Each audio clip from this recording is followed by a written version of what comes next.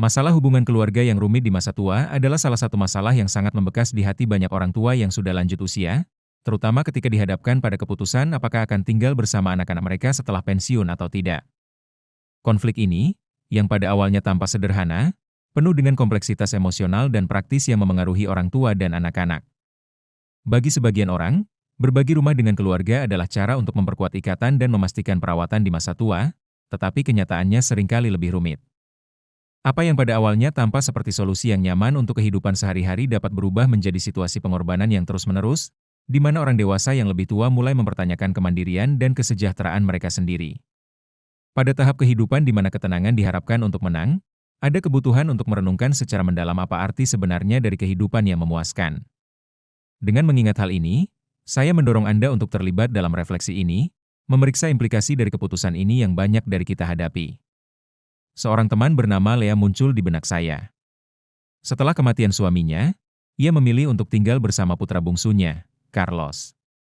Dia telah mengabdikan sebagian besar hidupnya untuk keluarganya, membesarkan mereka dengan semua cinta dan dedikasi yang bisa diberikan seorang ibu. Ketika suaminya jatuh sakit, dia tetap berada di sisinya siang dan malam tanpa mengeluh. Namun, setelah kematiannya, ada kekosongan dalam hidupnya. Dan dia berpikir bahwa dekat dengan Carlos dan cucu-cucunya adalah cara terbaik untuk mengisi kekosongan tersebut, dengan keyakinan bahwa kedekatan keluarga akan mengisinya. Ini akan bermanfaat bagi semua orang, katanya dengan senyum hangat sambil mengemasi kopernya yang penuh dengan harapan. Ia melihat kepindahannya sebagai kesempatan baru untuk menjalin hubungan kembali, untuk lebih dekat dengan cucu-cucunya dan berkolaborasi dengan Carlos dan istrinya, Marina, dalam rutinitas harian mereka. Prospek untuk berintegrasi kembali ke dalam keluarga yang erat adalah hal yang paling menggembirakan baginya. Pada awalnya, semuanya tampak berjalan dengan sempurna. Rumah Carlos sangat luas, dan anak-anak senang memiliki nenek mereka. Sebelum kita melangkah lebih jauh, jangan lupa untuk memberi tanda suka jika Anda menikmati videonya, dan berlangganan saluran ini untuk mendapatkan tips terbaik tentang cara menarik kelimpahan dan kemakmuran ke dalam hidup Anda. Mari kita lanjutkan. Les sibuk memasak, mengurus rumah dan menghabiskan waktu bersama cucu-cucunya, merasa berharga dan dibutuhkan. Namun, seiring berjalannya waktu, situasinya mulai berubah. Apa yang dulunya merupakan tugas-tugas kecil segera menjadi tanggung jawab sehari-hari. Lea, yang pindah ke sana untuk mencari persahabatan dan dukungan emosional, secara tak terduga mendapati dirinya berperan sebagai pengasuh tidak resmi.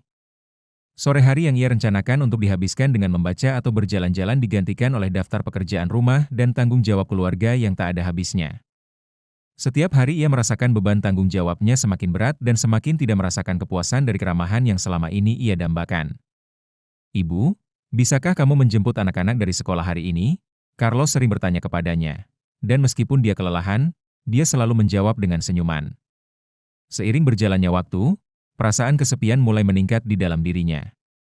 Kehidupan sehari-hari di perusahaan tidak memberinya kenyamanan seperti yang ia harapkan, tetapi beban emosional yang tak terduga, pembicaraan dengan Carlos dan Marina menjadi semakin jarang, terbatas pada topik-topik praktis sehari-hari. Dia merasa bahwa kehadirannya di sana, meskipun diperlukan, semakin tidak dihargai, seolah-olah dia hanyalah sebuah elemen dekoratif di dalam rumah. Kekecewaan mulai menyelimutinya seperti bayangan yang tidak dapat ia lepaskan. Lea mulai mempertanyakan apakah ini benar-benar kehidupan yang ia inginkan untuk masa tuanya, apakah pengorbanan yang terus-menerus atas kebutuhan dan keinginannya sendiri dapat dibenarkan dengan pengorbanan untuk dekat dengan keluarganya. Harapan akan masa tua yang penuh cinta dan kasih sayang tampak semakin jauh, dan ia mulai berpikir tentang perlunya mencari alternatif, sesuatu yang benar-benar dimaksudkan untuknya. Tanda-tanda awal perselisihan muncul hampir tanpa disadari, seperti retakan samar pada dinding yang sampai sekarang kokoh. Pada awalnya, bagi Lea tampak wajar jika Carlos dan Marina meminta bantuannya untuk melakukan pekerjaan rumah tangga dan pengasuhan anak. Ia bersedia membantu. Lagi pula, ia selalu menjadi ibu yang berkomitmen dan merasa bahwa kehadirannya di sana adalah sebuah kontribusi bagi keluarga. Namun, seiring berjalannya waktu, permintaan tersebut tidak lagi bersifat sporadis dan menjadi sering. Apa yang tadinya hanya sebuah bantuan menjadi sebuah permintaan rutin.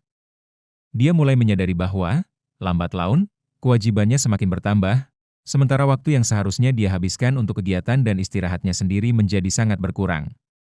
Situasi ini diperburuk ketika ia mulai merasakan bahwa kehadirannya dianggap sebagai beban bagi orang lain, daripada dihargai sebagai seorang ibu yang dihargai dan dihormati. Ungkapan kasih sayang dan rasa terima kasih yang dulunya biasa dilakukan berubah menjadi permintaan yang tidak personal dan tuntutan terselubung.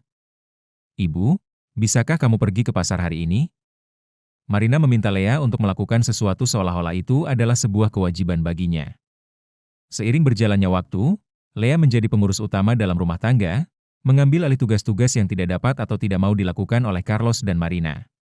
Apa yang seharusnya menjadi kehidupan bersama yang menyenangkan berubah menjadi rutinitas yang melelahkan, di mana peran sebagai ibu rumah tangga menjadi bercampur aduk dengan peran sebagai pembantu rumah tangga yang tidak dibayar. Peran baru ini mulai menjadi beban yang semakin berat bagi Lea. Gangguan-gangguan kecil setiap hari menumpuk, menciptakan ketegangan yang terus-menerus antara dia dan anggota keluarga lainnya. Dia merasa terkunci dalam rutinitas yang tidak dia pilih, di mana kebutuhan dan keinginannya sendiri selalu terdesak ke latar belakang demi kepentingan orang lain.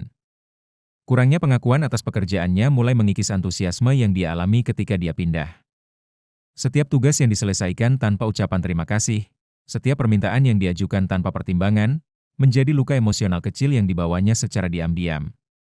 Tempat tinggal, yang secara teori seharusnya menjadi tempat perlindungan, sekarang menjadi lebih seperti penjara di mana otonomi dan rasa hormatnya perlahan-lahan hilang demi kehidupan keluarga. Efek emosional dari peran baru ini sangat menghancurkan bagi Lea. Ia merasa kehilangan identitasnya, direduksi menjadi peran yang tidak memberinya kebahagiaan maupun kepuasan. Kasih sayang yang selama ini ia miliki untuk Carlos dan keluarganya mulai dibayangi oleh kebencian dan kesedihan.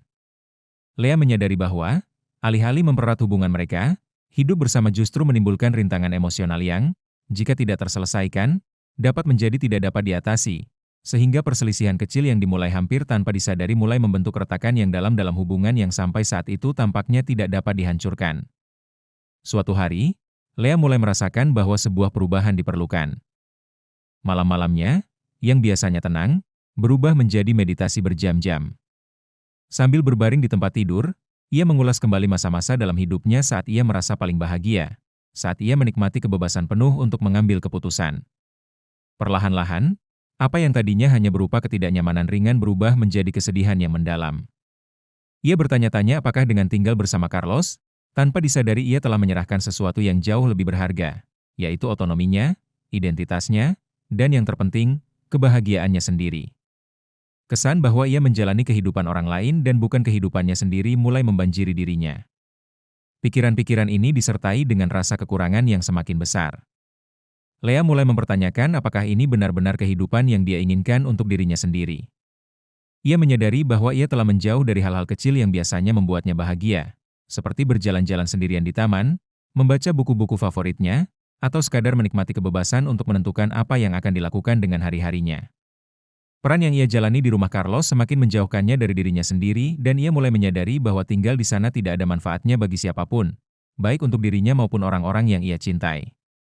Namun, pilihan untuk pergi dan mengubah hidupnya kembali bukanlah pilihan yang mudah. Ia sadar bahwa dengan memilih untuk mandiri, ia harus merelakan kedekatannya dengan cucu-cucunya, yang sangat membahagiakannya.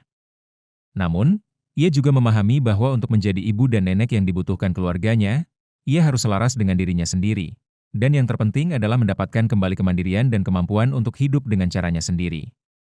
Kenangan hidupnya sebelum tinggal bersama Carlos mulai membanjiri kembali. Ia mengenang bagaimana, bahkan setelah kematian suaminya, ia berhasil menemukan kegembiraan dalam rutinitasnya yang sederhana, dikelilingi oleh teman-teman dan kegiatan yang benar-benar memuaskannya.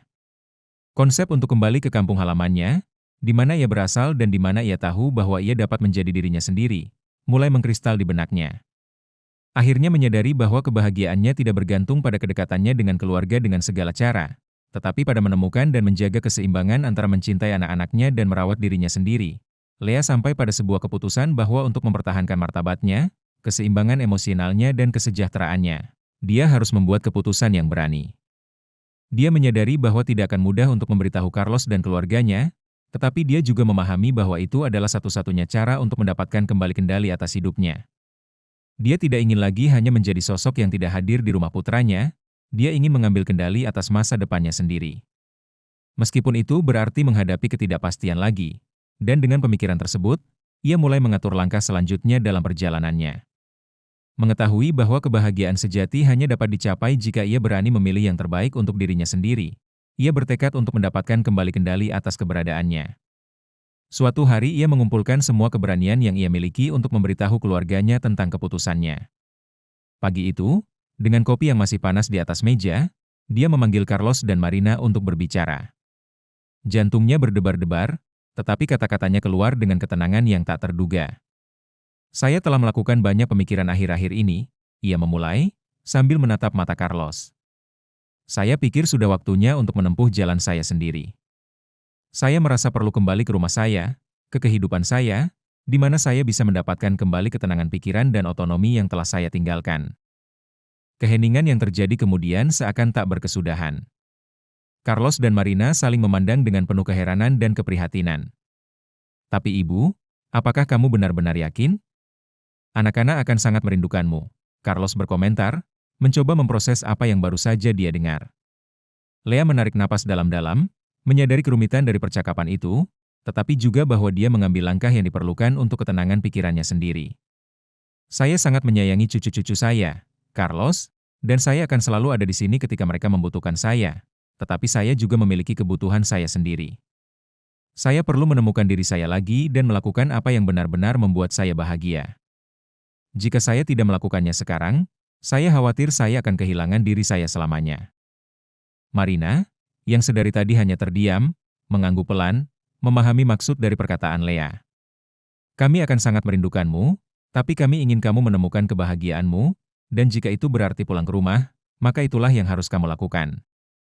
Kata-kata penyemangat itu langsung melegakan Lea, yang merasa bahwa ia akhirnya dimengerti.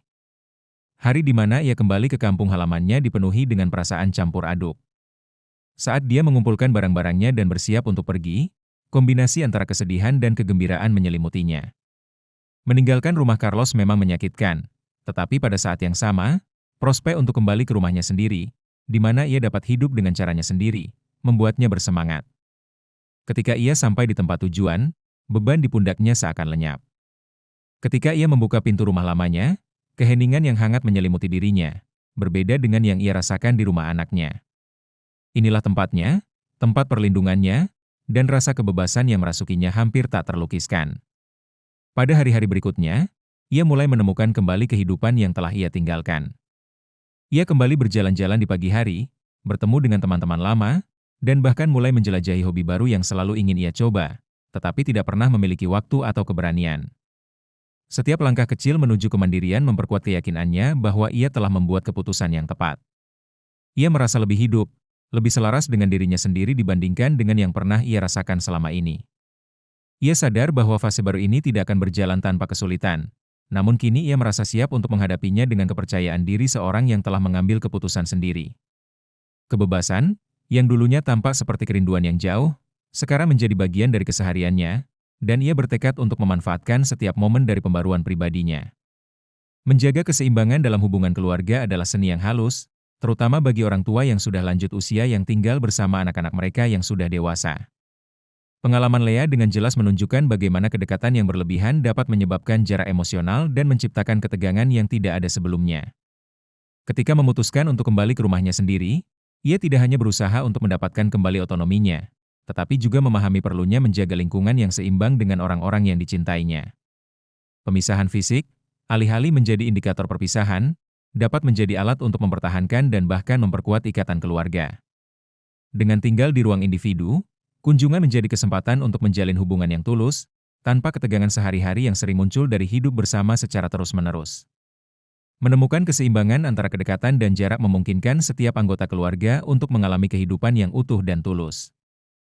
Meskipun anak-anak yang sudah dewasa sangat menghargai orang tua mereka, mereka membutuhkan ruang untuk membangun rutinitas mereka sendiri, membesarkan anak-anak mereka dan mengembangkan hubungan mereka sendiri. Demikian pula, orang tua yang lebih tua membutuhkan lingkungan yang memungkinkan mereka untuk mempertahankan kemandirian mereka sambil terus mengejar minat dan kegiatan pribadi mereka. Dalam mencapai keseimbangan ini, hubungan keluarga memiliki dimensi baru. Perpisahan menimbulkan rasa rindu, dan rasa rindu ini, jika dilengkapi dengan kunjungan dan pertemuan yang terorganisir, akan memperkuat kasih sayang dan rasa hormat di antara anggota keluarga. Selain itu, otonomi setiap individu memungkinkan pertemuan didasarkan pada pilihan sukarela daripada paksaan. Sekarang, ketika Lea mengunjungi Carlos dan keluarganya, kunjungan ini dipenuhi dengan momen-momen sukacita yang tulus dan rasa hormat bersama. Lea sadar bahwa ia ada di sana karena pilihannya sendiri, dan keluarganya menyambutnya dengan hangat, menyadari bahwa kehadirannya adalah sebuah anugerah, bukan kewajiban. Dinamika baru ini, di mana keseimbangan dihargai, membuat setiap pertemuan menjadi berharga dan istimewa, memperkuat ikatan keluarga dengan cara yang sehat. Keseimbangan dalam hubungan keluarga menumbuhkan koeksistensi yang harmonis di mana setiap anggota memiliki kesempatan untuk tumbuh dan berkembang secara individu. Hal ini memudahkan orang tua untuk mempertahankan harga diri dan kemandirian mereka di usia tua, sementara anak-anak mulai menghargai waktu dan ruang bersama dengan cara yang baru. Lea menemukan bahwa dengan merawat dirinya sendiri, ia tidak hanya menjaga kesehatan mental dan emosionalnya, tetapi juga meremajakan ikatannya dengan putra dan cucunya. Keseimbangan ini, meskipun seringkali sulit dicapai, sangat penting untuk kesehatan secara keseluruhan dan untuk menjaga hubungan keluarga yang sehat dan bahagia. Pengorbanan yang terus-menerus, jika dilakukan secara ekstrim, dapat menjadi jebakan yang merugikan, terutama bagi orang tua yang sudah lanjut usia yang dalam keinginannya untuk melindungi dan mendukung anak-anak mereka, akhirnya mengabaikan kebutuhan dan keinginan mereka sendiri. Lea, dalam upayanya untuk mendukung Carlos dan keluarganya, sampai pada titik di mana ia melepaskan segala sesuatu yang membuatnya bahagia. Dia berpikir bahwa dengan melepaskan keinginannya sendiri, dia telah memenuhi perannya sebagai seorang ibu, tetapi segera menyadari bahwa jalan ini hanya mengarah pada ketidakpuasan yang mendalam dan hilangnya identitas. Apa yang dimulai sebagai isyarat cinta akhirnya berubah menjadi kebencian. Bukan karena ia tidak memiliki kasih sayang untuk anak-anaknya, tetapi karena ia merasa bahwa ia telah mengorbankan identitasnya sendiri. Ketika orang tua memberikan diri mereka sepenuhnya untuk memenuhi kebutuhan anak-anak mereka, mengabaikan kerinduan mereka sendiri, mereka berisiko menjauhkan diri dari apa yang membuat mereka unik dan puas dari waktu ke waktu. Penyerahan diri yang terus-menerus ini dapat menimbulkan rasa hampa, seolah-olah hidup telah kehilangan sebagian maknanya. Lea mengamati bagaimana hal ini terwujud dalam keberadaannya sendiri. Perlahan-lahan ia berhenti membaca buku-buku yang sangat ia sukai, berhenti berpartisipasi dalam kelompok sosial yang ia sukai, dan bahkan berhenti merawat dirinya sendiri seperti yang sebelumnya ia lakukan. Semua ini atas nama pengorbanan yang, meskipun dilakukan dengan niat baik, mulai menguras energi dan kegembiraannya. Akibatnya, ia mulai mengalami kepahitan tertentu, bukan karena kurangnya pengakuan, tetapi karena kesan bahwa ia telah kehilangan sesuatu yang berharga, jati dirinya. Sangat penting untuk diingat bahwa perawatan diri bukanlah suatu tindakan mementingkan diri sendiri, tetapi merupakan kebutuhan yang penting untuk tetap sehat dan mampu mendukung orang lain. Seperti kata pepatah populer, Anda tidak dapat memberikan apa yang tidak Anda miliki. Agar orang tua tetap menjadi pilar yang kuat bagi anak-anak mereka harus memastikan bahwa kebutuhan emosional, fisik, dan mental mereka sendiri terpenuhi dengan pada akhirnya memilih untuk memprioritaskan kesejahteraan mereka. Lea tidak hanya mendapatkan kembali semangat hidupnya, tetapi juga menjadi ibu dan nenek yang lebih peduli dan puas, mampu memberikan yang terbaik tanpa merasa terbebani.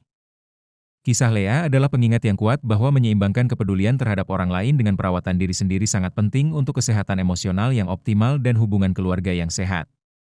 Pengorbanan adalah bagian yang melekat dalam perjalanan mengasuh anak, tetapi tidak boleh mengorbankan kebahagiaan pribadi. Ketika orang tua memberi diri mereka kesempatan untuk menjalani hidup mereka sepenuhnya, mereka tidak hanya memperoleh manfaat pribadi, tetapi juga menunjukkan kepada anak-anak mereka pentingnya hidup secara otentik dan harmonis. Pada akhirnya, mencapai kebahagiaan dan kepuasan bukan hanya merupakan hak, tetapi juga fondasi untuk membangun lingkungan keluarga yang penuh kasih dan harmonis. Pengalaman Lea menyoroti pentingnya menjaga kemandirian di usia tua. Seiring bertambahnya usia, kita seringkali diharapkan untuk mengorbankan kebutuhan dan keinginan pribadi demi kepentingan keluarga, terutama demi anak-anak. Namun, pengalaman Lea menggambarkan bahwa mempertahankan kemandirian dan mempertahankan identitas pribadi sangat penting untuk menjalani kehidupan yang penuh dan bermanfaat. Pilihannya untuk meninggalkan rumah putranya dan kembali ke rumahnya sendiri bukan hanya sekedar perubahan tempat tinggal, tetapi juga merupakan penegasan atas martabatnya dan keputusan yang disengaja untuk memprioritaskan kepuasan dan kualitas hidupnya.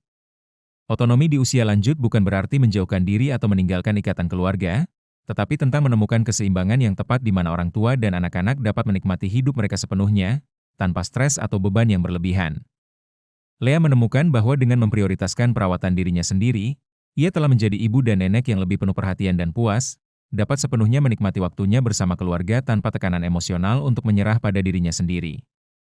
Keseimbangan inilah yang memfasilitasi penguatan hubungan keluarga, berdasarkan rasa saling menghormati dan menghargai individualitas masing-masing anggota. Bagi mereka yang berada dalam situasi yang sama, Sangat penting untuk diingat bahwa mengejar otonomi bukanlah tindakan yang berpusat pada diri sendiri, tetapi mencintai diri sendiri dan menghargai perjalanan hidup sendiri. Tetap aktif, mengembangkan minat pribadi, dan mengamankan ruang gerak sendiri adalah faktor penting dalam mencapai kehidupan yang seimbang di usia tua. Saya mendorong Anda untuk mempertimbangkan kebutuhan Anda sendiri dan bertanggung jawab atas hidup Anda, memilih tindakan yang mendukung kepuasan dan kualitas hidup Anda, dan jika perlu, berbagi perasaan dan aspirasi Anda dengan keluarga Anda. Kebahagiaan sejati, seperti yang Lea pelajari, berasal dari hidup sesuai dengan kebutuhan Anda sendiri, menyeimbangkan kewajiban keluarga dengan perawatan diri dengan cara yang sehat. Nilai otonomi di usia tua adalah hadiah yang kita berikan kepada diri kita sendiri. Hal ini memungkinkan kita untuk menua dengan bermartabat, melestarikan apa yang membuat kita unik dan terpenuhi. Dengan memilih kemandirian, kita memilih untuk hidup sepenuhnya, dengan kebebasan untuk terus bertumbuh, belajar, dan yang terpenting, menjadi diri kita yang sesungguhnya. Ini adalah hadiah paling berharga yang dapat kita berikan kepada anak-anak kita, model kehidupan yang dijalani sepenuhnya, penuh dengan tujuan dan cinta diri. Setelah Anda menelusuri kisah Lea dan merenungkan tantangan dan manfaat dari mencari kemandirian di usia lanjut, sekarang saatnya untuk melihat ke dalam diri dan bertanya pada diri sendiri pertanyaan berikut ini. Bagaimana Anda memenuhi kebutuhan Anda sendiri sembari mengatur tanggung jawab keluarga Anda? Sudahkah Anda memberi diri Anda kesempatan untuk hidup sesuai dengan keinginan dan kebutuhan Anda sendiri?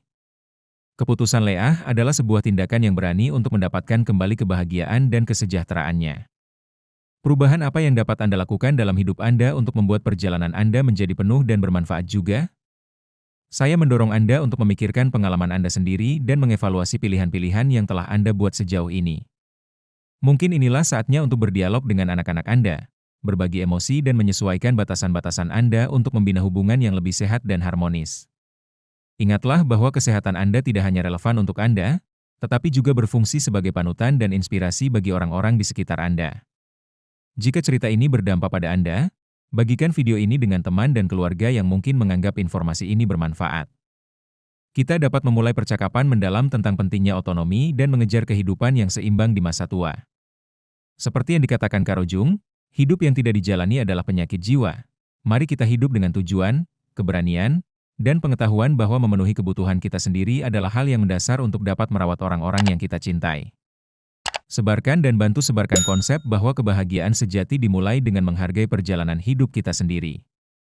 Sampai jumpa di video berikutnya. Setelah usia 55 tahun, ada kata-kata yang lebih baik disimpan dalam keheningan. Tahukah Anda apa saja itu? Seiring bertambahnya usia, kebijaksanaan sejati bukan hanya tentang apa yang kita pelajari, tetapi juga tentang apa yang kita pilih untuk tidak mengungkapkan. Dalam diam yang disengaja, tersembunyi rahasia kehidupan yang penuh martabat, kedamaian, dan kehormatan. Hari ini, saya ingin mengajak Anda menemukan 9 hal yang sebaiknya tidak pernah Anda ungkapkan setelah melewati usia 55 tahun. Untuk memahami mengapa ini begitu penting, izinkan saya menceritakan sebuah kisah. Di sebuah desa kecil, hiduplah seorang pria tua yang dihormati bukan hanya karena usianya yang panjang, tetapi karena auranya yang penuh ketenangan dan kebijaksanaan. Dia adalah seseorang yang jarang berbicara, tetapi ketika dia membuka mulut, seluruh desa terdiam untuk mendengarkannya. Suatu hari, seorang pemuda yang gelisah, mencari arti hidupnya, datang kepadanya dan bertanya, "Guru, Anda telah hidup lebih lama dari siapapun di desa ini. Semua orang menghormati Anda. Tolong, beritahu saya, apa rahasia Anda untuk menjalani hidup yang damai dan bijaksana?" Orang tua itu tersenyum samar. Matanya seakan menembus waktu. Dia mengajak pemuda itu duduk di bawah pohon besar yang telah menjadi saksi banyak musim berlalu. Setelah beberapa saat hening, ia berkata dengan suara yang lembut namun dalam. "Saat aku masih muda, aku berpikir bahwa semakin banyak aku berbicara, semakin aku terhubung dengan orang lain.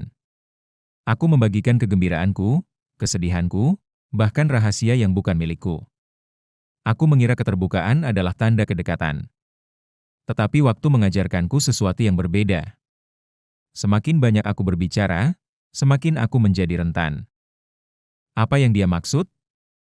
Dan apa saja 9 hal yang sebaiknya tidak Anda ungkapkan setelah usia 55 tahun? Mari kita temukan bersama, karena dalam diam, tersimpan kekuatan yang tak tergoyahkan. Kata-kata saya jatuh ke telinga orang-orang yang tidak selalu bermaksud baik, dan segera saya mulai merasakan kedamaian saya memudar. Saya belajar bahwa tidak semua orang perlu mengetahui segala sesuatu tentang Anda. Pemuda itu yang tertarik menatapnya dengan saksama. Lalu apa yang Anda lakukan? Tanyanya. Saya memutuskan bahwa tidak semua hal yang terjadi dalam hidup saya harus diketahui publik. Ada hal-hal yang terlalu berharga, terlalu intim untuk dibagikan. Saya mulai memilih dengan hati-hati apa yang saya katakan, kapan saya mengatakannya, dan kepada siapa saya mengatakannya. Bukan karena takut, tetapi karena saya mengerti bahwa kebijaksanaan adalah cara untuk melindungi kedamaian batin saya, kedamaian yang sama seperti yang Anda lihat dalam diri saya hari ini. Pemuda itu mengangguk perlahan, mulai memahami kata-kata pria tua itu. Ini bukan masalah diam demi diam, tetapi berbicara hanya apa yang diperlukan melindungi aspek-aspek tertentu dari kehidupan untuk menjaga ketenangan. Pria tua itu dengan senyum tipis menyimpulkan. Kebijaksanaan bukanlah mengatakan segala sesuatu, tetapi mengetahui apa yang harus disimpan untuk diri sendiri. Kebijaksanaan adalah perisai yang melindungi martabat Anda, dan seiring berjalannya waktu, Anda akan menyadari bahwa hidup dengan lebih sedikit kebisingan dari luar akan membuat Anda lebih dekat dengan diri Anda sendiri. Tanpa basa-basi, pria tua itu bangkit dan melanjutkan perjalanannya, meninggalkan pemuda itu dengan sebuah pelajaran yang akan terngiang di benaknya untuk waktu yang lama. Sang pemuda yang masih termenung merasa sangat penasaran. Ada sesuatu dalam kata-kata orang tua itu yang sangat berkesan baginya, tetapi dia masih ragu.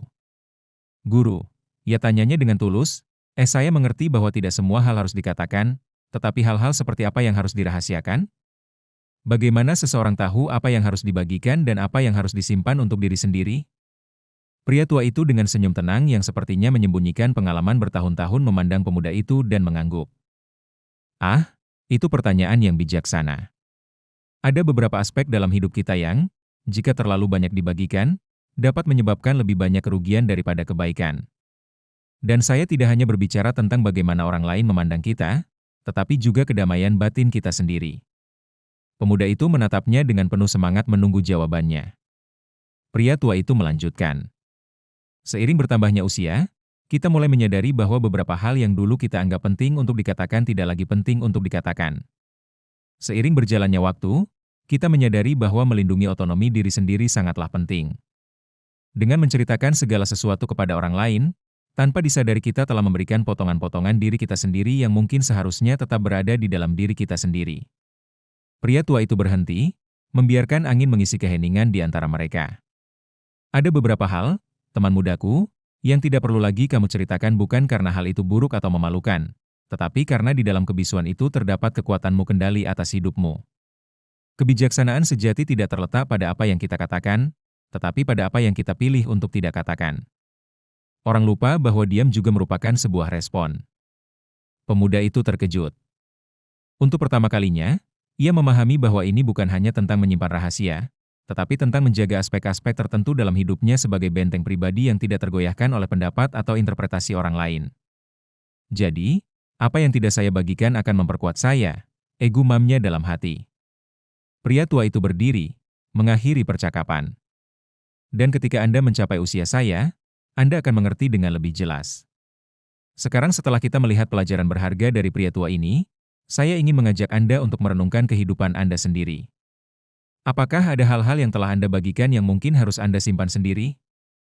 Sekarang mari kita bahas tentang 9 hal yang tidak boleh Anda ceritakan kepada siapapun jika Anda berusia antara 55 dan 75 tahun.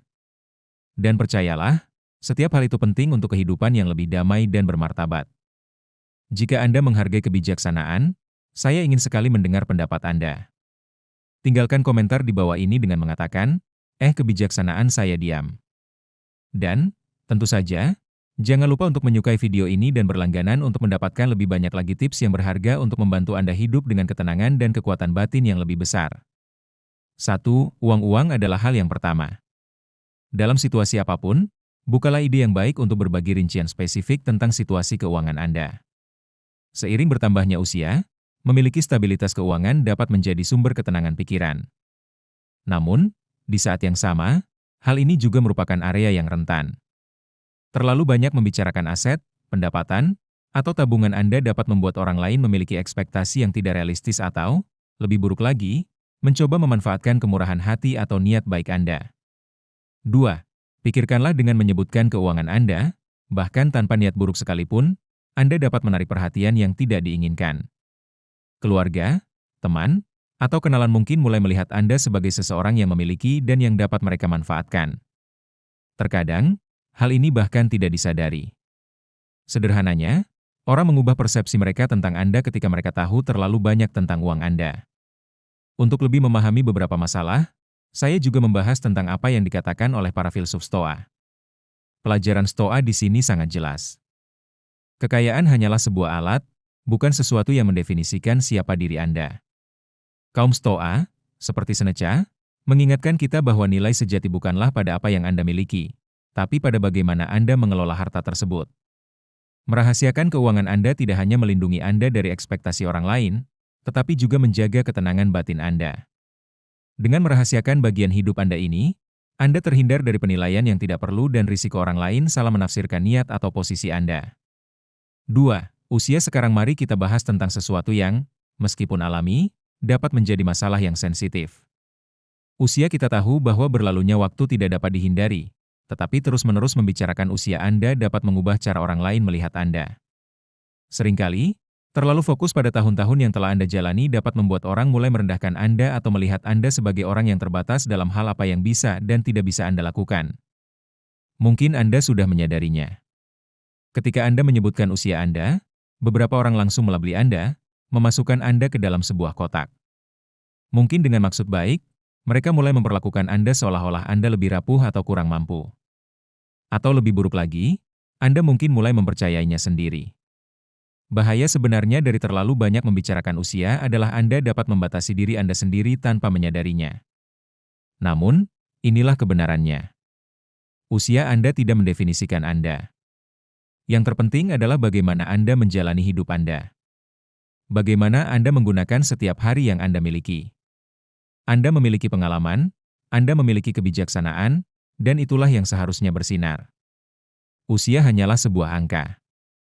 Yang terpenting adalah apa yang Anda lakukan dengan tahun-tahun itu. Bagaimana Anda tetap ingin tahu, aktif, dan penuh dengan tujuan. Alih-alih berfokus pada berlalunya waktu, fokuslah pada apa yang dapat Anda lakukan hari ini. Kaum Stoa mengajarkan kita untuk tidak mengkhawatirkan apa yang tidak dapat kita kendalikan. Dan perjalanan waktu memang seperti itu, tak terelakkan, tetapi tidak membatasi. Yang bisa Anda kenalikan adalah bagaimana Anda memilih untuk hidup sikap dan tindakan apa yang Anda ambil dari hari ke hari. 3 rahasia keluarga. Setiap keluarga memiliki kisahnya sendiri. Kadang-kadang itu adalah kenangan indah, penuh tawa dan momen-momen yang pantas untuk diceritakan. Namun, sebenarnya ada juga aspek-aspek yang harus tetap dirahasiakan. Mungkin itu adalah konflik masa lalu, kesalahan yang dilakukan beberapa orang, atau kesalahpahaman sederhana yang tidak pernah sepenuhnya terselesaikan. Dan tidak apa-apa. Tidak semua hal dalam hidup perlu diekspos, terutama jika menyangkut keintiman keluarga. Membicarakan masalah atau rahasia keluarga Anda, meskipun pada awalnya tampak tidak berbahaya, dapat menimbulkan konsekuensi yang tidak terduga. Berapa kali kita mendengar bahwa komentar yang salah tempat dapat menimbulkan ketegangan di antara keluarga, membuka luka lama, atau bahkan mempermalukan seseorang yang dekat dengan Anda? Apa yang tampaknya merupakan percakapan sepele tiba-tiba menjadi beban emosional bagi semua yang terlibat. Kaum Stoa selalu menekankan pengendalian diri, kemampuan untuk menguasai impuls dan emosi kita. Hal ini juga berlaku dalam berbicara.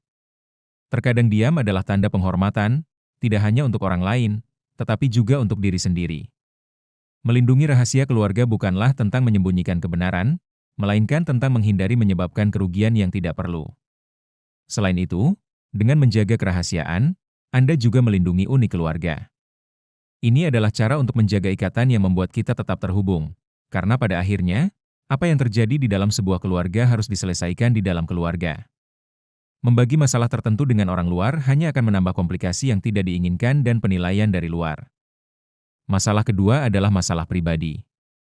Kesehatan Anda terutama seiring bertambahnya usia, kesehatan kita menjadi isu sentral dalam hidup kita. Pemeriksaan kesehatan, pengobatan, perawatan, semua ini adalah bagian dari kehidupan kita sehari-hari, tetapi bukan berarti kita harus membicarakannya secara terbuka dengan semua orang. Anda mungkin merasa perlu untuk berbagi tentang apa yang Anda rasakan, atau memberitahu orang lain tentang suatu penyakit atau perawatan, tetapi Anda harus berhati-hati. Kesehatan adalah sesuatu yang secara langsung memengaruhi cara orang lain memandang Anda. Terlalu banyak membicarakan masalah medis Anda dapat secara tidak sengaja membuat orang lain melihat Anda lebih rapuh atau membutuhkan bantuan daripada yang sebenarnya. Selain itu, seberapa sering Anda menyadari bahwa ketika Anda menyebutkan suatu penyakit, semua orang memiliki pendapat atau saran yang tidak Anda minta? Hal ini tidak hanya membuat Anda kewalahan, tetapi juga kontraproduktif. Kontrol atas kesehatan Anda juga merupakan masalah otonomi. Ketika Anda berbicara terlalu banyak tentang masalah medis Anda menyerahkan sebagian kendali tersebut kepada orang lain yang memungkinkan mereka untuk membentuk opini atau penilaian tentang hidup Anda. Kaum Stoa akan mengatakan bahwa kita harus fokus pada apa yang dapat kita kendalikan. Dan dalam hal ini, apa yang dapat Anda kendalikan adalah bagaimana Anda mengelola kesehatan Anda dan bagaimana Anda memilih untuk membagikan informasi tersebut. 5. Beramal. Kita semua tahu bahwa membantu orang lain adalah salah satu tindakan paling mulia yang dapat kita lakukan dalam hidup. Entah itu menyumbangkan uang, waktu, atau tenaga, tindakan sederhana memberi tanpa mengharapkan imbalan apapun akan mengisi jiwa kita. Namun, disinilah muncul pertanyaan penting, apakah semua orang perlu tahu apa yang Anda lakukan? Anda mungkin pernah menjumpai orang-orang yang selalu berbicara tentang tindakan amal mereka, seolah-olah mereka ingin memastikan bahwa seluruh dunia mengetahui kedermawanan mereka. Dan secara alamiah, manusia memang mencari pengakuan. Namun, disitulah letak tantangan yang sebenarnya, memberi tanpa mengharapkan kemuliaan. Karena ketika Anda berbagi setiap tindakan amal yang Anda lakukan, fokusnya tidak lagi pada tujuan dan mulai berbalik pada diri Anda. Amal akan kehilangan kemurniannya ketika kita mengubahnya menjadi sebuah tontonan. Marcus Aurelius, salah satu orang Stoa yang hebat, mengatakannya dengan jelas. Cara terbaik untuk menolong adalah tanpa mencari kemuliaan atau imbalan. Kaum Stoa percaya pada kebajikan demi kebajikan itu sendiri, bukan karena ingin dipuji. Memberi dengan diam-diam, tanpa mengharapkan pengakuan, adalah bentuk kedermawanan yang paling tinggi. Karena penerima manfaat yang sebenarnya adalah orang lain, bukan ego Anda. Berhentilah sejenak dan pikirkan, kapan terakhir kali Anda menolong seseorang tanpa mengucapkan sepatah kata pun tentang hal itu? Itulah jenis tindakan yang meninggalkan jejak yang mendalam, tidak hanya pada kehidupan si penerima bantuan, tetapi juga pada kehidupan Anda. Karena pada akhirnya, ini bukan tentang berapa banyak yang Anda berikan atau siapa yang Anda bantu. Ini tentang melakukannya dengan kerendahan hati. Mengetahui bahwa dampak terbesar bukan pada apa yang dilihat orang lain, tetapi pada apa yang Anda capai dalam diam. 6. Keyakinan pribadi. Dan sekarang mari kita beralih ke medan yang sama intimnya. Keyakinan pribadi Anda sepanjang hidup. Kita membentuk opini dan keyakinan berdasarkan pengalaman kita, apa yang kita jalani, apa yang kita pelajari. Dan keyakinan-keyakinan ini adalah milik kita sendiri, bagian dari identitas kita. Namun, terus-menerus membagikannya, mendiskusikannya dengan semua orang atau memaksakannya kepada orang lain dapat menciptakan lebih banyak hambatan daripada jembatan. Ketika Anda berbicara terlalu banyak tentang apa yang Anda yakini, apakah itu prinsip, keyakinan, atau pandangan hidup Anda pasti akan mulai mengundang konflik. Tidak semua orang akan berpikir seperti Anda, dan itu tidak masalah. Masalahnya muncul ketika Anda mencoba membuat orang lain memahami, memvalidasi, atau mengadopsi ide-ide Anda. Yang terburuk, berbagi terlalu banyak tentang keyakinan Anda dapat membuat orang lain mempertanyakan atau bahkan mengejeknya, membuat Anda terekspos secara tidak perlu. Seiring bertambahnya usia, kita mendapatkan kebijaksanaan untuk memahami bahwa tidak selalu perlu mengutarakan pendapat kita.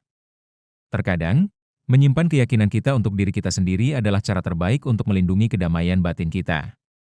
Ini tidak berarti bahwa Anda tidak boleh memiliki pendapat atau menyembunyikan jati diri Anda, tetapi ini berarti bahwa Anda tidak perlu membuktikan apapun kepada siapapun. Keyakinan Anda berharga justru karena itu adalah milik Anda dan tidak perlu divalidasi oleh orang lain. 7. Lepaskanlah penyihir-penyihir masa lalu. Seiring berjalannya waktu, kehidupan mengajarkan kita bahwa banyak hal yang menyakiti kita sudah tidak relevan lagi. Ini seperti membawa tas penuh dengan batu yang tidak melakukan apa-apa selain menghalangi kita. Hinaan yang Anda terima bertahun-tahun yang lalu, kata-kata pahit dari seseorang yang bahkan sudah tidak ada lagi dalam hidup Anda, apa gunanya terus memberi mereka ruang dalam pikiran Anda? Pikirkanlah tentang hal ini. Setiap kali Anda mengingat kembali penghinaan lama, Anda membawanya kembali ke masa kini. Anda membiarkan rasa sakit itu yang seharusnya sudah memudar sekarang untuk terus mempengaruhi kehidupan Anda sehari-hari. Dan ironisnya, seringkali orang lain tidak mengingatnya. Sementara Anda terus mengenang luka itu, dunia terus berjalan. Disinilah kebijaksanaan kaum Stoa berperan. Mereka mengatakan bahwa kekuatan sejati terletak pada melepaskan apa yang tidak dapat kita kendalikan. Dan masa lalu adalah salah satu hal yang berada di luar kendali kita.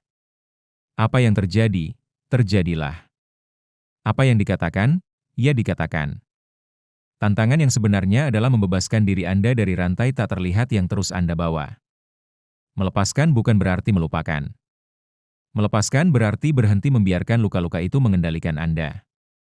Dengan melepaskan penghinaan, dendam, Anda membebaskan diri Anda dari beban yang tidak perlu yang menghalangi Anda untuk bergerak maju dengan ringan dan jernih. Ini adalah tindakan keberanian, tindakan mencintai diri sendiri. Melepaskan memberi Anda kembali kekuatan atas hidup Anda. 8. Kehormatan lindungi reputasi Anda tanpa menyombongkan diri. Sekarang, mari kita bahas tentang sesuatu yang membingungkan banyak orang. Kehormatan dan kebutuhan untuk menyombongkan diri atas pencapaian. Kita semua ingin hidup kita memiliki makna, agar usaha kita diakui. Namun, seiring bertambahnya usia, kita menyadari bahwa kita tidak perlu orang lain mengetahui semua yang telah kita capai untuk memvalidasi nilai kita. Melindungi reputasi Anda memang penting, tentu saja, tetapi melakukannya dengan kerendahan hati adalah hal yang benar-benar menunjukkan kehebatan. Ada garis tipis antara melindungi diri Anda dan tergoda untuk menyombongkan diri. Ketika Anda tergoda untuk mengingatkan orang lain tentang semua yang telah Anda lakukan, tanyakan pada diri Anda, apakah itu benar-benar perlu? Martabat tidak membutuhkan tepuk tangan. Kaum Stoa mengajarkan bahwa kehormatan sejati ada pada bagaimana Anda hidup, bukan pada apa yang Anda katakan. Tindakan Anda, cara Anda menjalani hidup Anda, sudah berbicara dengan sendirinya. Anda tidak perlu mengingatkan orang lain tentang pencapaian Anda terus-menerus. Warisan yang paling kuat adalah warisan yang dibangun dengan kerendahan hati, tanpa perlu menjadi sorotan. Kita hidup di zaman di mana segala sesuatu tampak bersifat publik, di mana semua orang ingin pencapaian mereka dilihat, dibagikan, dan dirayakan. Tetapi ada sesuatu yang sangat membebaskan ketika mengetahui bahwa nilai Anda tidak bergantung pada apa yang orang lain lihat atau katakan. Hidup Anda adalah milik Anda sendiri, dan orang-orang yang benar-benar berarti sudah tahu siapa Anda, tanpa Anda harus memberitahu mereka. Kesembilan adalah seksualitas yang intim harus tetap intim.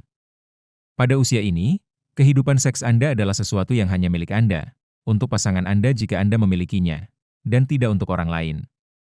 Anda tidak perlu menjelaskan atau membenarkan apapun tentang area kehidupan Anda ini. Masyarakat seringkali memiliki kecenderungan untuk menstigmatisasi atau kekanak-kanakan seksualitas pada orang yang lebih tua, seolah-olah itu adalah subjek yang menghilang seiring bertambahnya usia. Namun kenyataannya, bagi mereka yang memilih untuk menjalani bagian hidup mereka, keintiman tetaplah valid dan bermakna seperti biasanya. Tapi disinilah kuncinya. Seksualitas adalah area di mana privasi adalah hal yang mendasar. Ini bukan tentang menyembunyikan sesuatu karena malu, tetapi tentang melindungi martabat Anda, tentang menjaga apa yang bersifat pribadi bagi Anda. Membagikan detail kehidupan intim Anda tidak hanya tidak perlu, tetapi juga dapat membuka pintu bagi penilaian dan opini yang tidak berhak dibuat oleh siapapun tentang Anda. Pikirkanlah hal ini, apa yang Anda dapatkan dengan membicarakan sesuatu yang begitu intim? Kekuatan yang sesungguhnya adalah menjaga bagian-bagian kehidupan Anda tetap terkendali dalam ruang yang aman yang tidak dilanggar oleh pandangan dari luar. Ketika Anda menjaga hal-hal yang paling pribadi, Anda memastikan bahwa Anda hidup dengan anggun, tanpa penjelasan, tanpa harus mengekspos diri Anda pada keingintahuan atau penilaian orang lain. Pada akhirnya, seksualitas Anda adalah bagian dari hidup Anda yang menjadi milik Anda sendiri. Sepanjang poin-poin ini kita telah berbicara tentang pentingnya kebijaksanaan, tentang apa yang kita pilih untuk disimpan dan apa yang kita pilih untuk tidak dibagikan. Itulah kebijaksanaan dalam bentuknya yang paling murni. Hidup, terutama pada tahap ini, adalah tentang apa yang kita lakukan dan apa yang tidak kita lakukan, apa yang kita katakan dan apa yang kita pilih untuk diam. Melindungi privasi Anda adalah cara untuk melindungi diri Anda sendiri. Menjadi tua dengan bermartabat, dengan kekuatan batin yang tidak memerlukan persetujuan dari luar. Ini bukan tentang menutup diri Anda dari dunia, tetapi tentang memilih dengan hati-hati apa yang Anda bagikan dan dengan siapa Anda membaginya. Karena pada akhirnya, kedamaian sejati datang dari hidup dengan tenang dan selaras dengan diri Anda sendiri. Kalau uang terasa seperti selalu menghilang dari tanganmu, atau kesempatan baru nggak pernah datang, mungkin masalahnya bukan di luar, tapi di dalam rumahmu sendiri. Tanpa sadar, kamu mungkin dikelilingi oleh benda-benda yang menghalangi aliran rezeki. Ini bukan tahayul, tapi soal energi. Segala sesuatu yang ada di sekitarmu memengaruhi alam bawah sadarmu dan bisa saja memperkuat pola kekurangan tanpa kamu sadari. Kamu mungkin sudah bekerja keras, berusaha sebaik mungkin, tapi kalau lingkungan tempat tinggalmu dipenuhi dengan energi stagnan, kehilangan, atau kekacauan, aliran uang bisa saja terhambat. Yang lebih parah, banyak orang menghabiskan seumur hidup tanpa menyadari bahwa rumah mereka sendiri bisa jadi alasan kenapa mereka sulit mendapatkan rezeki. Tapi sekarang, kamu bisa mengubah itu semua. Hari ini, aku akan menunjukkan 5 benda yang diam-diam bisa menjauhkan uang dari hidupmu tanpa kamu sadari. Dan yang lebih penting, aku juga akan mengajarkan cara menghilangkan hambatan-hambatan ini, supaya energi kemakmuranmu bisa mengalir dengan lancar. Mungkin ini adalah sesuatu yang belum pernah kamu bayangkan sebelumnya. Tapi setelah mendengar ini, semuanya akan masuk akal. Siap? Yuk, kita mulai. Rumah tempat kamu tinggal bukan sekadar tempat untuk tidur, makan, dan menghabiskan waktu. Rumah adalah cerminan dari pikiranmu, refleksi dari apa yang terjadi dalam dirimu. Setiap benda yang kamu pilih untuk disimpan di rumah mengirimkan pesan ke alam bawah sadarmu. Mungkin kelihatannya sepele, tapi semua yang ada di sekitarmu memiliki dampak besar terhadap perasaan, emosi, bahkan kondisi keuanganmu. Sama seperti orang-orang di sekitarmu bisa membentuk pola pikir dan energimu, benda-benda di rumah juga bisa memengaruhimu tanpa kamu sadari. Pernah nggak kamu masuk ke suatu tempat dan langsung merasa berat, aneh, atau nggak nyaman? Atau sebaliknya, pernahkah kamu masuk ruangan yang langsung terasa tenang dan nyaman? Perasaan itu bukan kebetulan. Benda-benda menyimpan energi, kenangan, dan makna. Dan kalau rumahmu dipenuhi dengan benda-benda yang menyimpan energi kemiskinan, stagnasi, atau ketidakseimbangan, itu bisa langsung tercermin dalam hidupmu. Kadang bukan dunia luar yang menghalangi rezekimu, tapi benda-benda yang kamu simpan di rumah sendiri. Banyak orang hidup dikelilingi oleh barang-barang yang menyimpan sejarah kesulitan, kehilangan, atau keterbatasan tanpa mereka sadari. Misalnya, hadiah dari seseorang yang selalu mengeluh tentang hidup, perabot warisan dari orang yang mengalami banyak penderitaan, atau barang yang mengingatkan pada masa-masa sulit. Semua ini bisa memengaruhi energimu tanpa kamu sadari. Pikiran kita selalu menangkap informasi dari lingkungan sekitar. Dan kalau rumahmu penuh dengan energi negatif, itu bisa memperkuat pola kekurangan dalam hidupmu. Coba pikirkan barang-barang yang ada di rumahmu. Berapa banyak yang benar-benar membuatmu merasa nyaman dan bahagia? Berapa banyak yang tetap ada hanya karena kamu terbiasa melihatnya, tanpa pernah bertanya apakah benda itu masih punya makna dalam hidupmu? Kalau barang-barang di sekitarmu enggak mencerminkan pertumbuhan, harmoni, dan kemakmuran, mungkin sudah saatnya mengevaluasi apa saja yang perlu tetap disimpan. Perubahan kecil bisa benar-benar mengubah energi rumahmu dan membuka jalan bagi peluang baru untuk datang. Saat kamu dengan sadar memilih benda-benda yang ada di sekitarmu, kamu juga memilih energi yang ingin kamu hadirkan dalam hidupmu. Menciptakan lingkungan yang selaras dengan energi kemakmuran bukan berarti harus mengeluarkan banyak uang atau punya rumah mewah. Yang terpenting bukan harga barang-barangnya, tapi energi yang mereka bawa. Rumah yang rapi, di mana setiap benda punya tujuan dan memberikan perasaan ringan, akan membantu aliran kemakmuran. Sebaliknya, rumah yang penuh dengan barang-barang tak berguna dan berantakan bisa menciptakan hambatan energi yang enggak terlihat. Kemakmuran butuh ruang untuk mengalir, dan saat lingkunganmu harmonis, kamu akan lebih mudah terhubung dengan energi itu. Sekarang, coba lihat sekeliling rumahmu dengan lebih sadar. Apa yang dikatakan benda-benda di rumahmu tentang dirimu? Apakah mereka mendukung pertumbuhanmu atau malah memperkuat pola lama yang seharusnya sudah kamu tinggalkan? Ini adalah refleksi yang sangat penting. Terkadang, perubahan kecil di lingkungan bisa membawa dampak besar dalam hidup. Dengan kesadaran ini, kita bisa melangkah lebih jauh untuk memahami benda-benda apa saja yang secara langsung memengaruhi kemakmuranmu, dan bagaimana beberapa di antaranya bisa menjauhkan uang dari hidupmu tanpa kamu sadari. Yang pertama adalah barang-barang rusak, cermin retak, gelas pecah, peralatan elektronik yang enggak berfungsi. Apapun yang rusak dan masih kamu simpan, itu membawa energi kekurangan. Barang yang tidak utuh mencerminkan energi yang terpecah, dan itu berpengaruh langsung ke hidupmu. Barang-barang rusak melemahkan energi rumah dan menghambat aliran kemakmuran. Kalau nggak bisa diperbaiki, buang saja tanpa ragu. Menyimpan barang rusak sama saja seperti memberitahu semesta bahwa kamu menerima sesuatu yang kurang dari yang seharusnya. Yang kedua adalah laci penuh dengan kabel, baterai, dan remote lama. Barang-barang ini mungkin nggak terpakai lagi, tapi tetap memenuhi ruang berdebu dan menghambat aliran energi. Kamu mungkin menganggapnya sepele, tapi kekacauan ini mencerminkan keterikatan pada masa lalu dan ketakutan untuk memberi ruang bagi hal baru. Rumah yang penuh dengan barang nggak berguna membuatmu terjebak dalam siklus lama tanpa memberi kesempatan bagi rezeki baru untuk masuk. Mulailah bersih-bersih, buang barang yang nggak diperlukan, dan rasakan sendiri perubahan energinya. Yang ketiga adalah hiasan dengan gambar hewan ternak seperti sapi, ayam, atau babi. Simbol-simbol ini membawa energi kepasrahan dan pengorbanan yang bisa berdampak negatif pada keuanganmu. Semua yang kamu simpan di rumah mencerminkan sesuatu dalam hidupmu, dan gambar hewan yang ditakdirkan untuk disembelih bisa memperkuat pola kekurangan. Kalau ingin rumah yang mencerminkan kemakmuran, pilih dekorasi yang melambangkan pertumbuhan, kebebasan, dan kesejahteraan. Yang keempat adalah jam mati. Jam yang nggak berfungsi melambangkan waktu yang berhenti, energi yang stagnan, dan peluang yang terhalang. Waktu adalah gerakan, dan kalau jam di rumahmu mati, bisa jadi ada sesuatu dalam hidupmu yang juga mandek. Banyak orang menyimpan jam mati karena lupa mengganti baterainya, tanpa sadar bahwa itu bisa menghambat aliran kemakmuran. Kalau ada jam mati di rumahmu, segera pasang baterai baru atau singkirkan. Yang terakhir adalah tanaman mati atau tanaman plastik yang berdebu. Tanaman melambangkan kehidupan, pertumbuhan, dan pembaruan. Kalau tanaman mati dibiarkan di rumah, itu menyeratkan kemunduran. Tanaman plastik yang kotor juga menyimpan energi yang stagnan.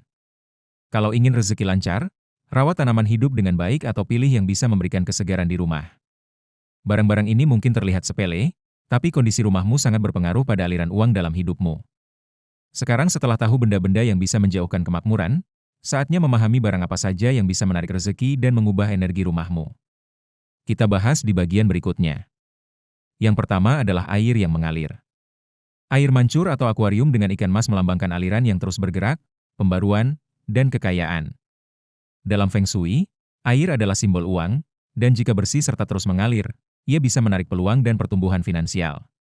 Kalau kamu nggak bisa punya air mancur atau akuarium, cukup sediakan mangkuk berisi air bersih di sudut rumah. Yang penting, airnya selalu segar dan sering diganti karena air yang tergenang justru bisa menciptakan energi stagnan dan menghambat rezeki. Yang kedua adalah benda berwarna emas atau logam, seperti koin, patung kecil, atau mangkuk logam. Warna emas selalu dikaitkan dengan kemakmuran, dan logam adalah penghantar energi yang kuat. Mangkuk berisi koin, lonceng logam, atau bahkan nampan emas kecil bisa meningkatkan getaran kemakmuran di rumahmu. Benda-benda di sekeliling kita memengaruhi alam bawah sadar, dan elemen-elemen ini membantu memperkuat pola pikir tentang kelimpahan dan pertumbuhan finansial. Yang ketiga adalah lukisan atau gambar yang melambangkan kemakmuran. Pikiran kita sangat responsif terhadap rangsangan visual, dan apa yang kita lihat setiap hari bisa membentuk keyakinan kita. Jika di rumah ada gambar-gambar yang melambangkan kekayaan, seperti pemandangan alam yang subur, ladang panen, atau simbol kelimpahan, otakmu akan menyerap pesan itu dan menyelaraskan energimu dengan rezeki. Lingkungan tempat tinggalmu seharusnya menjadi pengingat konstan tentang realitas yang ingin kamu ciptakan. Benda-benda yang ada di rumahmu bukan hanya dekorasi biasa, tapi juga memegang peran dalam membentuk energimu sehari-hari. Dengan memilih barang yang mendukung kemakmuran, kamu membuka jalan bagi rezeki untuk mengalir lebih lancar dalam hidupmu. Sekarang kamu sudah tahu apa saja yang bisa menjauhkan dan menarik uang ke rumahmu. Langkah selanjutnya, terapkan perubahan ini dan lihat sendiri bagaimana energimu berubah. Yang keempat adalah kristal kemakmuran seperti pirit dan sitrin. Kristal-kristal ini terkenal karena memiliki energi yang kuat dalam menarik uang dan kesuksesan. Pirit, misalnya, memiliki kilau emas yang melambangkan kekayaan. Sedangkan sitrin sering disebut sebagai batu kekayaan karena dipercaya bisa meningkatkan kejernihan pikiran dan kepercayaan diri dalam mengambil keputusan finansial. Cara terbaik untuk menggunakan kristal ini adalah menempatkannya di lokasi strategis, seperti dekat pintu masuk rumah atau di meja kerja, agar energinya selalu aktif. Yang kelima adalah buku catatan atau jurnal rasa syukur. Melatih rasa syukur setiap hari adalah salah satu cara paling efektif untuk menarik lebih banyak hal baik dalam hidup. Menuliskan hal-hal yang kamu syukuri setiap hari melatih pikiranmu untuk mengenali kelimpahan yang sudah ada. Kebiasaan ini tidak hanya mengubah energimu, tetapi juga memengaruhi cara berpikir dan bertindak, membuatmu lebih terbuka terhadap peluang keuangan baru. Memiliki benda-benda ini di rumah bukanlah sekadar kepercayaan, tetapi lebih kepada menciptakan pengingat visual tentang realitas yang ingin kamu bangun. Sekarang setelah kamu tahu cara mengubah energi rumahmu, ada satu hal yang sering diabaikan, pengaruh energi dari orang-orang yang masuk ke rumahmu. Gak semua energi yang memengaruhi keuanganmu berasal dari dirimu sendiri atau dari benda-benda di rumah. Orang-orang yang masuk ke dalam lingkunganmu juga meninggalkan jejak energi yang bisa berdampak positif atau negatif, dan beberapa mungkin tanpa sadar sedang menghambat rezekimu. Sama seperti ada tempat yang terasa nyaman hanya dengan berada di sana, ada juga orang yang membawa energi yang bisa merusak keseimbangan ruang di sekitarnya. Kalau rumahmu sering dikunjungi orang-orang yang suka mengeluh tentang hidup, selalu membicarakan kesulitan keuangan, atau membawa perasaan iri dan negatif, itu bisa menghambat aliran kemakmuranmu. Orang yang terlalu banyak mengeluh menyebarkan energi yang berat kemanapun mereka pergi. Energi ini bisa melekat pada benda-benda, dinding, perabotan, bahkan udara di rumahmu. Masalahnya, pikiran kita menyerap getaran ini tanpa disadari. Jika terus-menerus mendengar cerita tentang kegagalan, kesulitan, dan krisis, alam bawah sadarmu mulai menerima pola ini sebagai sesuatu yang wajar. Lama-kelamaan, ini bisa mengubah cara berpikirmu tentang uang, dan membatasi peluang yang sebenarnya bisa kamu raih. Selain itu, konflik dalam rumah juga menciptakan atmosfer yang berat, dan bisa berdampak buruk pada keuanganmu. Jika ada pertengkaran yang sering terjadi, kata-kata kasar, atau perasaan marah yang berlarut-larut, energi di rumah jadi semakin padat dan stagnan. Uang butuh harmoni untuk bisa mengalir. Rumah yang sering diwarnai pertengkaran biasanya mengalami kesulitan finansial karena energi negatif menghambat masuknya peluang baru. Oleh karena itu, penting untuk menjaga rumah tetap menjadi tempat yang damai dan seimbang agar kemakmuran lebih mudah datang. Ada satu hal lagi yang sering diabaikan, energi yang dibawa oleh orang-orang tertentu. Ada tamu yang datang dengan perasaan iri, frustrasi, atau niat tersembunyi. Mereka mungkin datang dengan senyum, tetapi di dalam hati merasa tidak nyaman melihatmu sukses dan bahagia. Meskipun tidak ada yang diucapkan secara langsung, energi mereka tetap tertinggal di rumah dan bisa memengaruhi hidupmu secara halus. Pernahkah kamu merasa setelah seseorang berkunjung ke rumahmu, tiba-tiba banyak hal mulai terasa tidak beres? Ada saja masalah kecil yang muncul, barang yang rusak, atau keadaan yang tiba-tiba jadi kacau. Ini bukan kebetulan. Untuk mencegah energi negatif dari luar mengganggu rezekimu, penting untuk merawat energi rumahmu. Jika setelah seseorang pergi kamu merasa ada yang berbeda, buka jendela untuk mengganti udara, nyalakan dupa, atau berdoa untuk memulihkan keseimbangan ruangan. Pembersihan energi sederhana seperti ini bisa sangat membantu. Yang terpenting adalah menjaga rumah tetap bersih dari pengaruh-pengaruh yang bisa menghambat aliran kelimpahan tanpa kamu sadari. Sekarang setelah kamu memahami bagaimana energi dari luar bisa berdampak pada finansialmu, ada satu faktor utama yang harus dibahas. Gerakan. Kemakmuran sangat berkaitan dengan aliran, dan kalau rumah atau rutinitasmu stagnan, itu bisa tercermin dalam kesulitan finansial. Kalau segala sesuatu di rumahmu terasa diam, menumpuk, dan nggak berubah dalam waktu lama, kondisi keuanganmu mungkin juga mengalami kebuntuan yang sama. Kemakmuran tidak cocok dengan stagnasi. Rumah yang nggak pernah berubah, di mana furnitur tetap di tempat yang sama selama bertahun-tahun, dan rutinitas yang selalu sama, seringkali mencerminkan ketidakmampuan untuk berkembang dalam hidup penghuninya.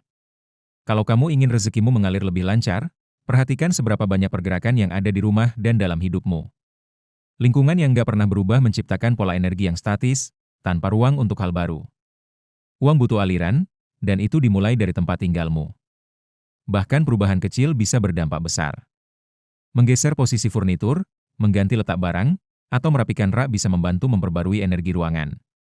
Kalau semuanya di sekitarmu selalu sama tanpa ada perubahan, bagaimana mungkin kehidupan finansialmu bisa berkembang?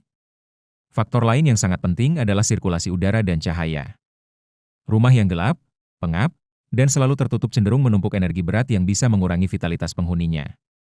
Uang butuh lingkungan yang hidup agar bisa mengalir.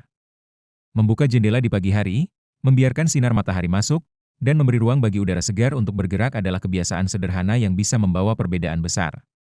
Cahaya membawa kejernihan, gerakan, dan membuka pintu bagi peluang baru. Jadi, kalau kamu merasa rezekimu masih seret, coba lihat apakah rumahmu sudah mendukung aliran kemakmuran. Jangan biarkan energi stagnan menghalangi pertumbuhan dan kesuksesan yang seharusnya bisa lebih mudah kamu raih. Tapi bukan hanya lingkungan yang butuh pergerakan. Hidupmu sendiri juga mencerminkan energi yang kamu pelihara. Kalau rutinitasmu selalu sama, tanpa pembelajaran baru, tanpa tantangan, tanpa perubahan, getaran energimu bisa jadi stagnan. Uang suka ekspansi, dan orang-orang yang selalu belajar, berkembang, serta mencari pertumbuhan cenderung lebih mudah menarik peluang keuangan baru. Kalau kamu merasa semuanya terasa mandek, tanyakan pada dirimu sendiri, apa yang bisa aku ubah hari ini untuk mengaktifkan energi kemakmuranku? Melakukan sesuatu yang baru adalah salah satu cara paling ampuh untuk mengundang kelimpahan. Bisa berupa ikut kursus, membaca sesuatu yang berbeda, mencoba pengalaman baru, atau bahkan mengubah rute perjalanan yang biasa kamu lalui setiap hari. Perubahan kecil bisa menciptakan dampak besar. Sama seperti uang yang perlu berputar agar berkembang, hidupmu juga perlu bergerak agar pertumbuhan bisa terjadi. Kalau semuanya tetap sama dalam waktu lama, energi stagnasi akan mengambil alih. Kemakmuran dimulai dari pilihan kecil yang kamu buat setiap hari. Lihat sekelilingmu, perhatikan rutinitasmu, Sadari di mana ada hambatan, dan lakukan perubahan, meskipun kecil. Uang selalu menemukan jalannya menuju orang yang terbuka terhadap hal baru. Dan kalau kamu sudah membaca sejauh ini, itu berarti kamu sudah mengambil langkah pertama untuk mengubah realitasmu. Sekarang, renungkan apa yang ada di rumah atau dalam hidupmu yang perlu lebih banyak pergerakan. Semua yang telah dibahas di sini memiliki satu tujuan, membuka matamu terhadap sesuatu yang mungkin selama ini luput dari perhatianmu. Setiap pelajaran, setiap detail yang dibagikan, bukanlah aturan kaku yang harus diikuti secara buta, melainkan sebuah undangan untuk melihat hidupmu dengan lebih sadar. Dunia modern membuat kita terus sibuk, selalu terburu-buru, hidup dalam mode otomatis, tanpa menyadari hal-hal kecil yang sebenarnya membawa dampak besar. Tapi sekarang, kamu tahu. Lingkungan tempat tinggalmu, benda-benda yang kamu pilih untuk simpan, dan energi yang berputar di rumahmu, semuanya memiliki pengaruh nyata terhadap kemakmuranmu. Ini bukan soal tahayul, tapi soal kesadaran. Yang terpenting adalah bagaimana kamu merenungkan semua ini dan menyesuaikannya dengan realitas hidupmu. Mungkin kamu mulai menyadari bahwa ada benda-benda di rumah yang memang sudah nggak selaras dengan fase hidupmu saat ini. Atau mungkin kamu butuh lebih banyak waktu untuk memproses informasi ini. Dan itu nggak masalah. Perubahan bukanlah perlombaan, tapi perjalanan menuju kesadaran yang lebih dalam. Kebijaksanaan kuno mengajarkan bahwa energi rumah kita mencerminkan energi dalam hidup kita. Tapi di zaman sekarang, kebijaksanaan ini sering terlupakan, tertutup oleh hiruk-pikuk kehidupan sehari-hari. Kita dikelilingi oleh informasi, distraksi, dan tekanan, namun jarang meluangkan waktu untuk melihat ke dalam diri dan memahami apa yang benar-benar memengaruhi energi kita. Begitu kita menyadari apa yang memengaruhi medan energi kita memiliki kekuatan untuk mengubah realitas kita sendiri. Sekarang, setelah kamu memiliki pemahaman ini, apa yang akan kamu lakukan dengan pengetahuan ini? Kamu bisa saja mengabaikannya dan kembali menjalani rutinitas seperti biasa. Atau kamu bisa mulai melihat rumah dan hidupmu dengan sudut pandang yang berbeda. Nggak perlu mengubah segalanya sekaligus. Nggak perlu mengikuti semuanya secara kaku. Cukup mulailah dengan mengamati, merasakan, dan bertanya pada diri sendiri, apakah ini masih masuk akal bagiku? Begitu kamu mulai memperhatikan detail, apa yang sebelumnya tampak tak terlihat akan menjadi sesuatu yang mustahil untuk diabaikan. Dan sekarang, aku ingin tahu, apa yang paling menarik perhatianmu dari video ini? Pelajaran mana yang paling masuk akal untukmu? Tulis di kolom komentar, karena pengalamanmu bisa menginspirasi orang lain juga. Kalau pesan ini menyentuh hatimu, bagikan video ini dengan seseorang yang membutuhkannya hari ini. Dan kalau kamu ingin terus belajar bagaimana mengubah energi dan hidupmu, jangan lupa subscribe ke channel ini dan aktifkan notifikasinya agar kamu nggak ketinggalan konten baru. Like, komen, dan share video ini. Tindakan kecil seperti ini membantu channel ini berkembang dan menjangkau lebih banyak orang. Karena perubahan besar dimulai dari langkah-langkah kecil. Dan ingat, jaga ruangmu, jaga vibrasimu, dan kemakmuran akan menemukan jalannya ke dalam hidupmu. Sambil menunggu video berikutnya, tonton video yang muncul di layar ini sekarang. Video ini memiliki pelajaran yang sama kuatnya dan mungkin menjadi bagian yang kamu butuhkan untuk benar-benar mengubah hidupmu. Terima kasih dan sampai jumpa di video berikutnya.